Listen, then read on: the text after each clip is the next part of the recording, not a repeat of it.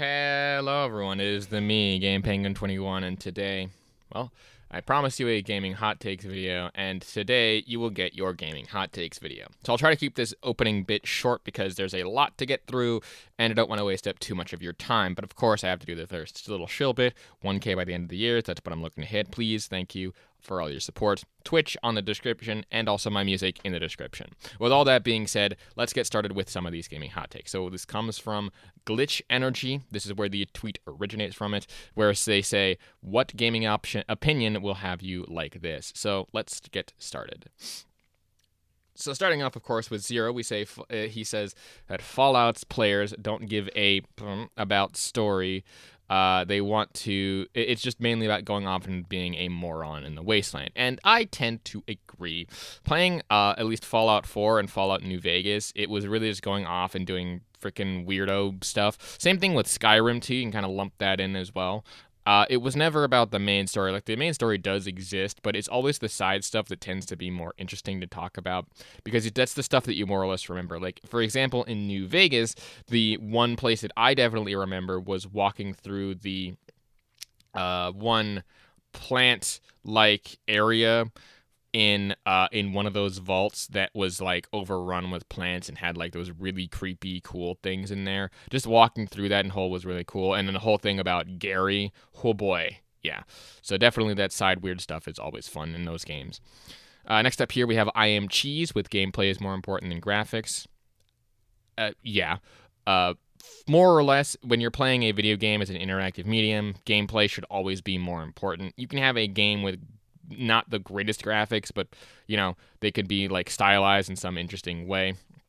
Again, I've recently completed Forgive Me Father 1, the first one, and that game you fight fucking Cthulhu, and overall it's really super fun because the gameplay is super duper tight and allows you to really go in and just absolutely wreck house. And overall, it was really one of those games that was just super, super fun to do, super, super fun to beat. And the graphics were just basically a graphic novel, and that was it. It was really cool.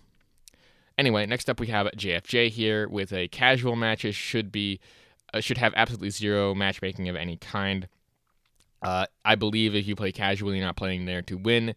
There should not be skill-based matchmaking, forcing you against stronger and stronger opponents. Ranked should be skill-based matchmaking. Casual should be most of anyone that queues. And I agree. Both of those are pretty standard. I think that skill-based matchmaking has its place, but it has its own place in like ranked, but not everyone is looking to play ranked all the time and be sweaty. And that's one of the reasons why COD was inevitably like brought out to the back and taught about the rabbits, at least for me. To kind of go off onto this next bit here, we have Diagnosed Kitty with a competitive esports have ruined FPS games, and I don't think that that's entirely true. I think the competitive FPS games have ruined some aspects of FPS games because they're trying to kind of go and lean more into that competitive side, at least on the AAA space. But competitive esports has been around for a lot longer than people realize, because those competitive esports used to just be like random tournaments at like a comic shop or something. So it hasn't ruined the game. It's going mainstream, at least in terms of the competitive esports scene. That might have ruined certain aspects of it, but I don't think it's completely ruined a lot of FPS games. World on Ethan here with a Fallout 3 is better than New Vegas. That's an interesting opinion. I think that New Vegas has better like DLCs and stuff than Fallout 3, though I could be wrong in thinking about which ones have the better DLCs. But again, overall, I don't have enough of experience with Fallout 3 to give a full opinion on this. I just think that New Vegas is pretty solid and overall one of the ones that has a lot of interesting content to it. But again, Fallout 3 has some pretty good stuff to it too. Next up here we have TriStar679 with Valve is the absolute worst offender when it comes to doing nothing with IPs. For as much as everyone shits on Nintendo, Sony, Capcom, and other companies for not using IPs, Valve is the biggest example. Weirdly though, I never see Valve get criticized as much as the others, and I agree for the most part. Valve doesn't use their IPs in the same way, but I don't think that comes down to them being like lazy or anything. I think it just comes down to the fact that they have super duper high standards for themselves, and because of the way their whole company is kind of structured with very little in terms of actual teams working on projects means that it's very hard to get certain things done when you just can one day be working on one thing but then working on something completely different. So overall, I think that it's just because they don't have the cohesive like structure of, say, some of a regular company. So that might be contributing to the factor of their quote unquote laziness. That, and also the fact that Steam just kind of prints money for them. So yeah, it's very odd of one of those things. Next up, we have ADS Nero, and I saw this opinion a lot more than I thought I would. With a Starfield is by far the best game to drop this generation. Bethesda are a dying breed of true open RPGs, and we should thank/appreciate them for the amazing devs that they are. I don't think that this is entirely true. I think that Starfield is a good game. It's a solid game. It does come by and do its other stuff and stuff like that. And I think that they can overall be super successful if they put their mind to it. But I don't think that it's the best game of the generation. I think that would probably go to one of the Game of the Years, not at all in any way, shape, or form The Last of Us Part 2 or Alan Wake. I think that, say, Baldur's Gate 3, or if you're looking for more an open world RPG, I think that Elden Ring will also serve that as much better. Despite the fact that the world is technically smaller, the exploration and everything in that game for me is just far superior than anything that's ever happened. And there's no like lightning in a bottle again that they can capture. Next up here we have K with the classic games are only that because the geek culture zeitgeist demands that you see them that way. And I don't think that that's entirely true. I think that it comes down to, again, a marketing thing. And a lot of stuff like these ideas tend to originate in some sort of marketing sense, which is very odd. To take a page out of a book that I've talked about before, if you look at the origins of, say, the console war and why it exists today, it kind of comes down to the whole... I've narrowed it down to a point in history where it was Sega versus the Nintendo, the NES systems, and that kind of is the start of the whole console war, where they were basically kind of putting stuff back and forth for things like that. And overall, like that whole push has pushed it out into the mainstream and stuff. So I think the same thing happened here, where they advertised these kinds of games, but at the end of the day, I don't think that it's just a collective cultural zeitgeist. I think it comes down to like marketing. So it's more happens more often than you think. Next up, we have Faust here, or Faust, or First. I don't know. With a making cosmetics in game extra paid thing when they were free is dumb. You are even dumber if you think it's okay for a $70 game to make cosmetics paid microtransactions. I had to read this one several times to really understand what he was talking about. He's talking about when the cosmetics go to, say, like a paid model when they were originally quote unquote free is dumb. Like if you get it from a challenge and then someone then later can just like pay for it, that's kind of dumb. I think that that's a little bit stupid. I think that those people who made got the free thing should get like something special or something like that. But overall, yeah, that's pretty dumb. And the $70 games microtransaction is also pretty dumb. Next up here we have Violets with a very weird take, and one that I actually think that is kind of dumb, but we'll get into it, saying, yes, we should balance off the highest level of play, either ranked play or pro play wise. I don't care what little Timmy who just hit gold thinks. He doesn't understand the game, and so will never offer good insight compared to pros and high rank players. Now, I've talked about this mainly in the easy versus hard mode, or easy mode for Dark Souls video that I posted a bit ago, and that is this.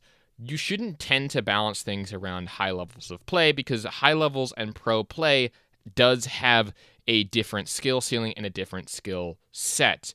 And overall, at the highest level of play, the game fundamentally acts differently whenever you do have those sorts of systems in play. Just again, as to use the same example that I did, taking a look at OSU at low levels of play versus high levels of play. At lower levels of play, you can still use a mouse. At higher levels of play, you are more or less required to use a button to do like multiple inputs at once, because sometimes you just can't click fast enough at higher levels of play.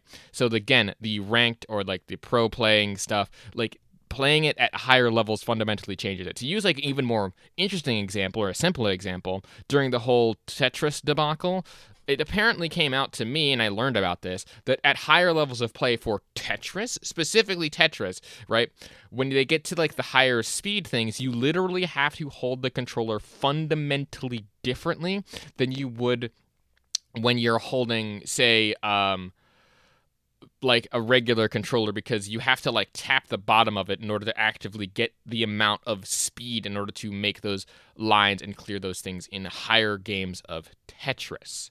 So yeah, if games as simple as Tetris require fundamentally different rules at higher levels of play, balancing it around higher levels of play is not the case, Chief. There is a way to balance it for both sides, but no, just around higher levels of play, not really.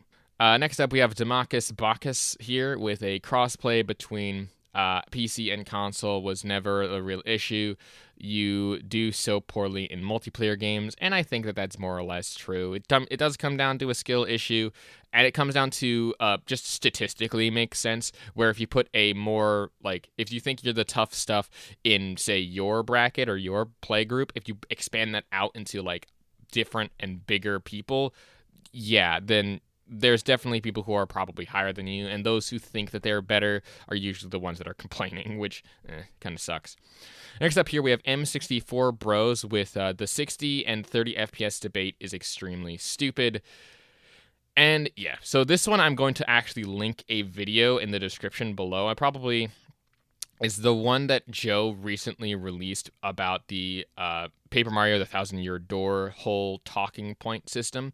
And to me, this comes down to the fact that he thinks that 30 FPS and 60 FPS aren't, like, fundamentally different, which they are. Again, you might have to do your own research on this one, but my personal opinion is that 60 FPS is technically and better than 30 FPS, as because you'll get smoother frames and you'll get smoother movement for that, and because you can get more frames and stuff, you can get more information on the screen overall. And him saying this is basically in response to that, and he made a whole video on this, which again, you can go and check out Joe's video. He reacts to it more than I do, but overall, it's not a stupid debate, and if you know the origins of it and why 24/30 FPS was there in the first place as a cost-cutting measure in the film industry, you will understand why how long we've been stuck at 30 FPS is stupid. Next up here, we have Risk It, The Last Console Pursuit, I think, or Risk It, I don't fucking know. With the exclusives are important everywhere, including #Xbox. And I will say that this used to be the case back in the day. It's not anymore. It only creates false, it only creates false needs or false wants. And overall, exclusives are not as important as they once were. They still do have their own place, but overall, no, they're not as important because they don't fundamentally change specific things, because again, most of that stuff other people have done at this point, and having original ideas is becoming harder and harder. Obviously, having original ideas anytime is very difficult because most of the ideas are whatever. Anyway, but no, exclusives are not as important as they once were. Next up here, we have Frankie saying, if devs make a difficult game without an easy mode, it's their decision and you owe them nothing. There are thousands of games worth your time. Play one of those. If you refuse to, then you're only proving that you care more about being part of the zeitgeist than playing a good games. And I agree for the most part. I don't think that it's because people want to be in like the zeitgeist of playing those games instead of playing games that they actually enjoy, not just like good games that are quote unquote them. Now, again, I talked about this at length in the Dark Souls easy mode video that I posted not too long ago. I might have to actually end up linking that in the iCard or something if you want to go and check that out, because that bit is very important to it.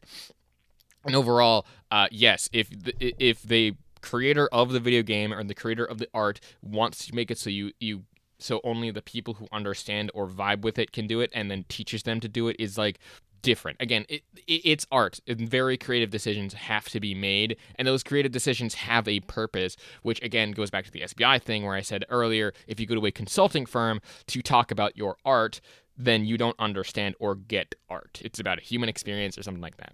And then kind of on the flip side of this, we have a Take Me to Hoboken with a Dark Souls is boring. It's a hard game at giving people a sense of achievement when they complete it, but it isn't a fun game.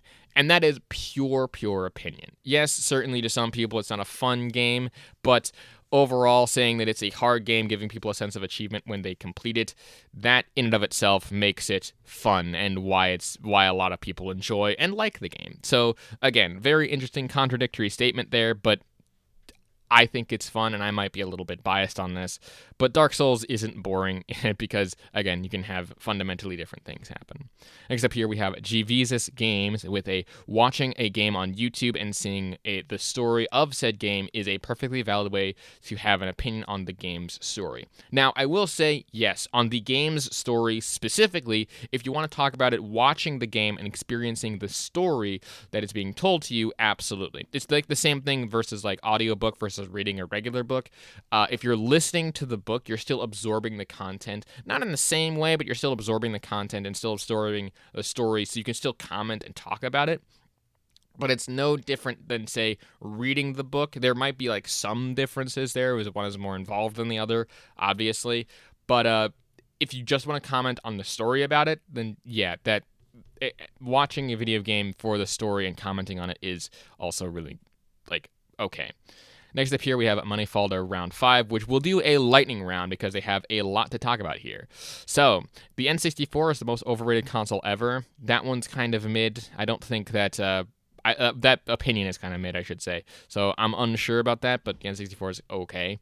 Master Chief is not even in the top 5 most iconic gaming characters. I think that that's actually kind of false, because I think he's at least number 5 in my personal opinion, but always number 1 for me is the Crowbars Swingers, which is super fun to talk about. And then again, that's just my personal opinion.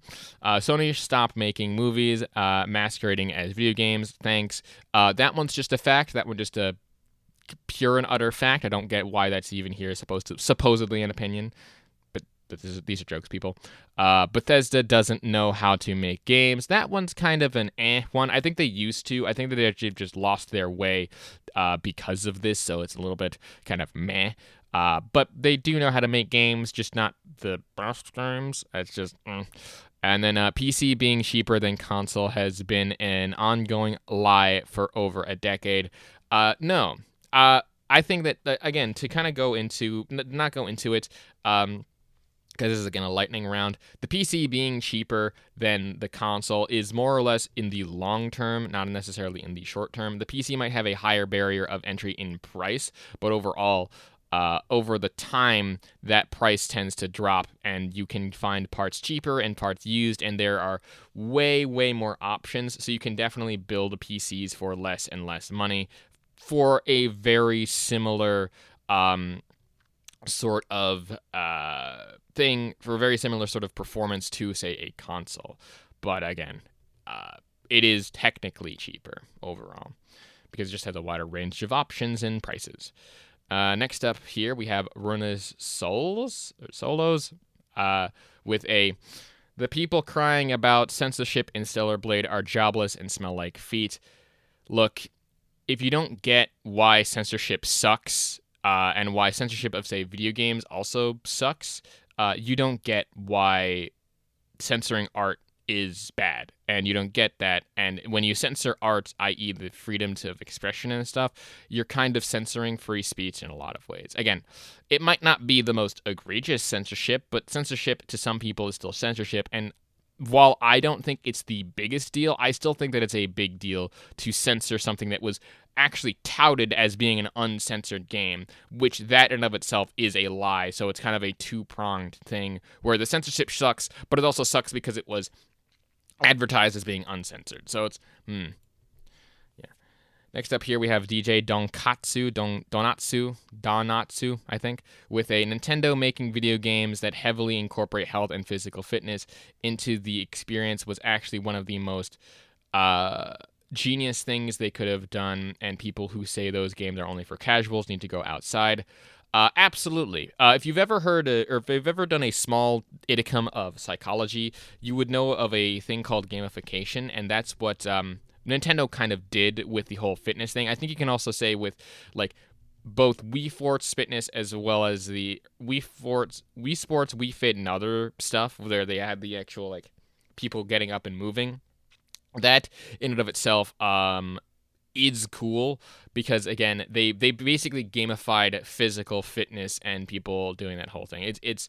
It's wild. Again, look up gamification. It's a very fun topic to kind of rabbit hole down for a day. Next up here we have McQuack306 with a majority of you enjoy negative gaming talks more than positive ones.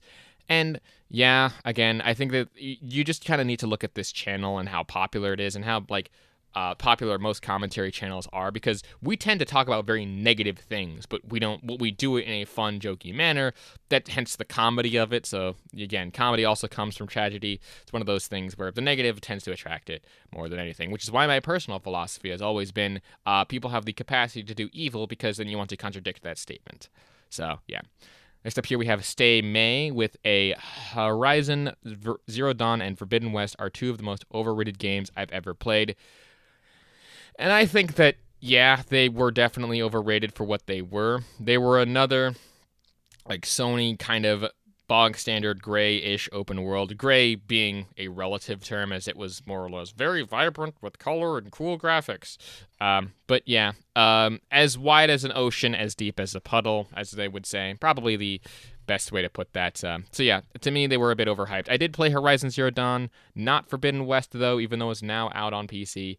But if it's more of the same from what I've seen, which kind of looks to be correct, I didn't get into Horizon Zero Dawn as much as I would have liked because it didn't grab me. So, yeah. Next up here, we have Orisinis, or Prince of DJing, as I'll refer to him. Gaming journalism is the most toxic, damaging thing happening to gaming, and people shouldn't have to listen to a bunch of... So, yes. Just completely and utterly, fully yes. If you're really wanting to know more about that, I think Rev has several videos on this. Asmongold's another big one. Grums is another big one in those like spaces where they're talking about the new Gamergate thing. And yeah, it's basically that gaming journalism in and of itself has become very, very extremely toxic and very, very kind of not good. Again, I think that it's a bit extreme to call them that, but overall, like, he has a point, so yeah. Next up here we have Kai with growing up when gaming was so lame, was seen as lame. I wanted everyone to love it as much as I did. As an adult, I've come to realize how important gatekeeping is, and overall, one of those things with gaming and gatekeeping and stuff like that. Like there's methods to do both. There's ways that you can make a sort of fucking a case for both. But overall, like, gatekeeping is important, but you got to know how to gatekeep the correct people out rather than anything. And it's more complex than just saying, oh, well, you need to not do that, and it just needs to do that. Demand better, but always understand that you should be in touch with the roots as well. Grow from them. Don't like sit on them and do nothing. Next up here we have Partial Mean 8 with a it's going to take either a recession or a stock market crash for a video game crash to happen. And I think that is true mostly for the AAA space, not specifically for, say, the indie and maybe even AA space. But for the stuff to actually happen, there has to be a big like shift in some reason for it, and we're kind of seeing that shift right now where the video game crash is starting to seemingly happen, but I don't think that it will ever fully crash like it did back in the 80s, as again this sort of thing has happened, but I am willing to be proven wrong here. But I think that it's going to take something as extreme. It might not be that extreme, but it's going to take something as extreme as that in order for that to kind of happen. To kind of finish this off, this one's not part of like the whole glitch energy thing, but it is an interesting hot take to talk about, where Keenan Kenyon says, hot take. There is no need for a new dedicated gaming console. Zero, even a mid-range PC, can run pretty much every game ever made, and better than current gen consoles. The Steam Deck outclasses the Switch. The only reason anybody is buying consoles is price, exclusives, and force of habit.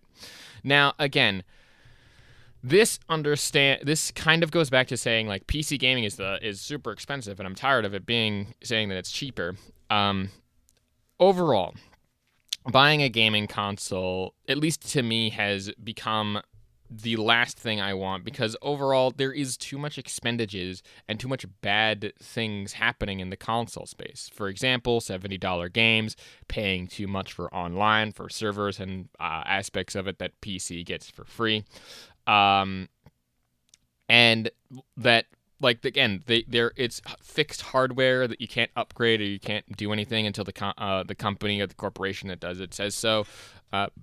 This is coming from someone who used to be on the Xbox, but I have since switched to PC, and I have never looked back. And the customization and the amount of stuff and things that I can do on my PC is exponentially more than what I can do on my console. So I would definitely recommend PC, not just for gaming, for her in general, because, again, you can do literally everything from your work to your play to your everything in between. And, yeah. So a new dedicated gaming console might be going out the window fairly soon. So, unsure. Overall, those were the gaming hot takes that I had for you today, and I know that I kind of rapid-fired them for you quite a bit, but honestly, I wanted a funner video, a more positive video, a more interesting and cool video to talk about today. So yeah, I only really had to skip one, which I think was about D&D and AD&D and stuff. I'll put it up on screen. I don't really have any opinion on this, because, again, I need to kind of do that, but overstating lethality, yeah, again, maybe not. Overall, what did we learn today? Well, we learned that the internet has a wide array of weird gaming hot takes, and, well, some of them are really fun to discuss and talk about. So, with that being said, thank you so much for watching this episode of me becoming an auctioneer announcer for 20 minutes. If you like what it is that I do and want to support me in any way, shape, or form, links down to everything in the description below. My name is GamePenguin21. Thank you so much for watching, and a peace off.